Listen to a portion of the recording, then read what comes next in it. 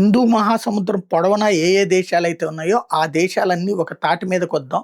సముద్రపు దొంగలు, అక్రమ రవాణా, డ్రగ్సు, లేకపోతే ఆయుధాలు, ఇట్లాంటి స్మగ్లింగ్‌ని కంట్రోల్ జేయాలి అన్నది ఒకప్పుడు భారత్ చేసిన ప్రతిపాదన. ఈ ప్రతిపాదనకి అంగీకరించి 25 దేశాలు ముందుకొచ్చినాయి. 16 ఏళ్ల క్రితం మనమే మొట్టమొదట ఆ హిందూ మహాసముద్ర తీర ప్రాంత దేశాల విభాగానికి అధ్యక్షుడిగా ఉన్నాం.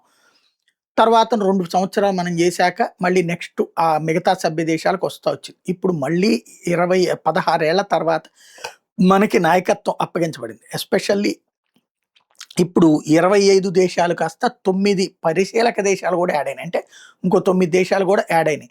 ఈ నేవీస్ అన్నీ గూడా ఇప్పుడు మన మాట వింటాయి. ఈ 25+9 34 దేశాల వాళ్ళు మన మాట వింటారు.